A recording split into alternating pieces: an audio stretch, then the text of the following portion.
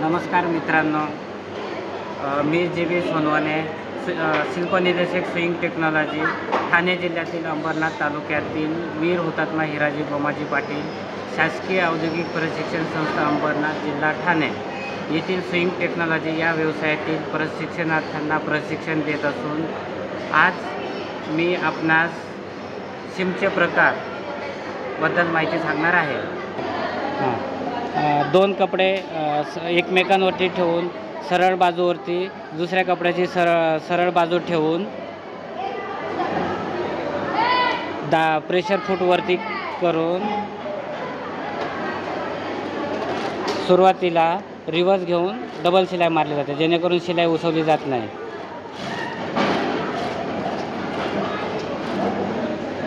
आणि शिलाईच्या शेवटीसुद्धा रिवर्स शिलाई घ्यावी लागते, जेणेकरून शिलाई उसवली जात नाही.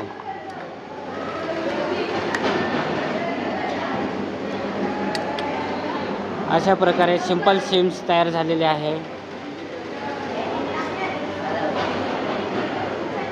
त्याच्यानंतर आपण दुसऱ्या प्रकारचे सीम पाहणार आहोत. सर्वप्रथम सिंपल सीम मारून घ्यायची. सिंपल सीम मारून घेतल्यानंतर त्याला अशा पद्धतीने करून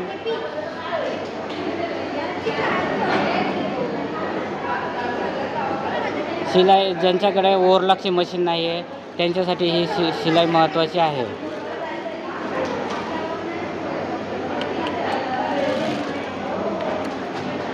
पहिल्या शिलाईचे धागे दुसऱ्या शिलाई मारल्यामुळे बाहेर दिसत नाहीत. इकडनं पण शिलाईच्या किनारीचे धागे दिसत नाहीत. अशा प्रकारचे धागा साईड शिलाई मारायच्या वेळेस ब्लाऊजला वगैरे साईड शिलाईमध्ये मारले जाते. त्याच्यानंतर फ्रेंच सीम किंवा फ्लॅट सीम मारली जाते.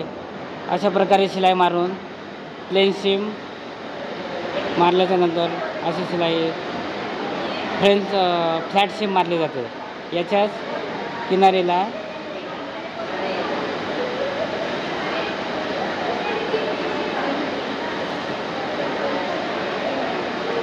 कपडा कुठे फोल्ड होणार नाही याची काळजी घ्यावी.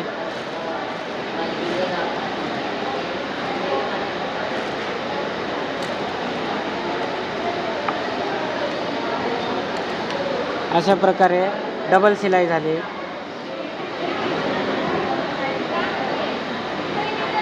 अशा प्रकारे सीमचे प्रकार आपण पाहिलेले आहेत.